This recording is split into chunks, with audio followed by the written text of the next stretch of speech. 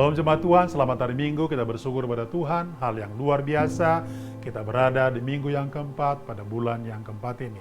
Saya sangat percaya berkat Tuhan mengalir, bahkan pertolongan Tuhan ada pada kita, yakinlah bahwa Tuhan selalu bersama dan beserta dengan kita. Minggu yang keempat ini saudara-saudara sekalian, tema firman Tuhan bagi kita bersama-sama, bertumbuh dalam pemuritan. Bertumbuh dalam pemuritan. Kisah Rasul pasal yang ke-14, 21-22 berkata demikian.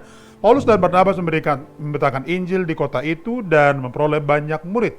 Lalu kembalilah mereka ke Listra, Ikonium, dan Antioquia. Di tempat itu mereka menguatkan hati murid-murid itu dan menasihati mereka supaya mereka bertekun dalam iman. Mengatakan bahwa untuk masuk ke dalam kerajaan Allah kita harus mengalami banyak sengsara. Pemuritan menjadi hal yang sangat penting saudara sekalian di gereja Tuhan, termasuk saudara-saudara sekalian bagi orang-orang percaya, kapanpun dan dimanapun.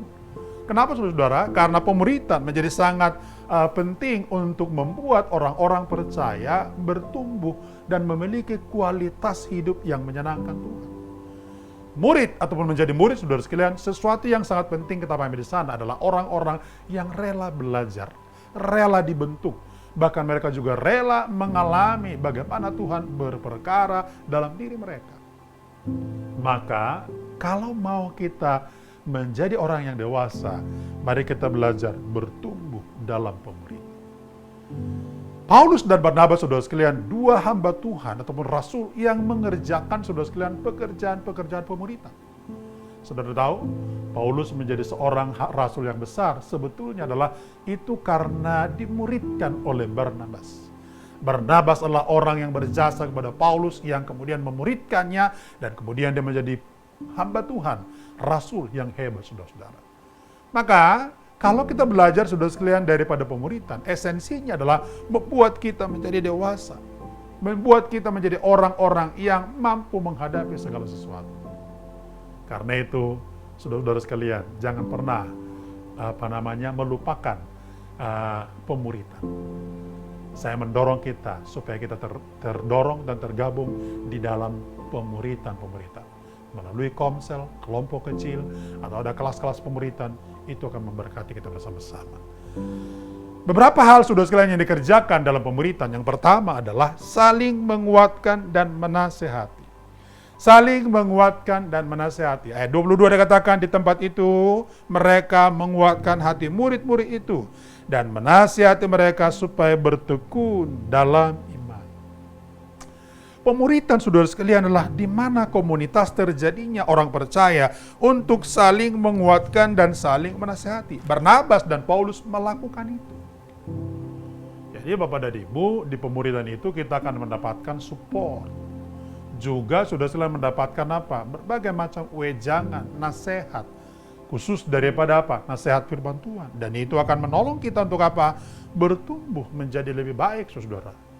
Itu sebabnya kalau orang rindu mengalami kehidupan yang semakin hari dewasa, rela dimuridkan, saudara.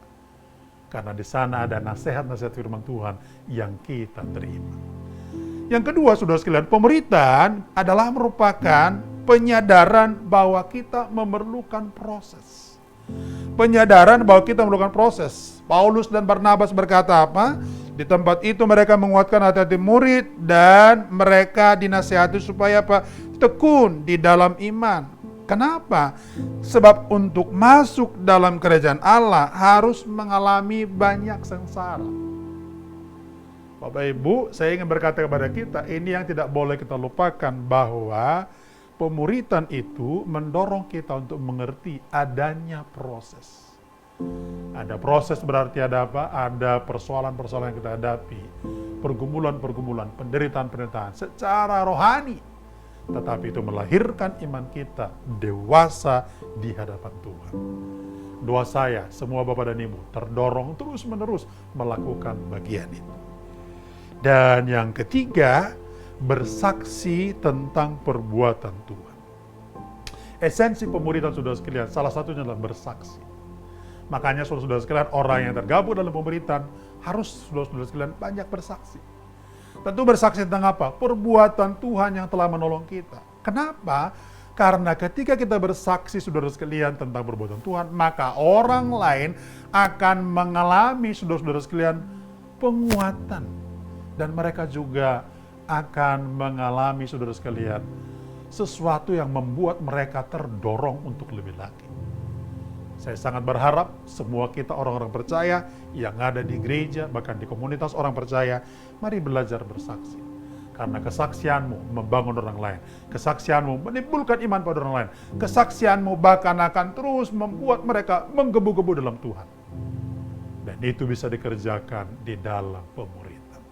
Kalau semua ini kita kerjakan dengan baik, saya yakin dan percaya Tuhan memberkati kita, Tuhan menolong kita, dan terus mengerjakan yang terbaik. Selamat hari Minggu, Tuhan memberkati.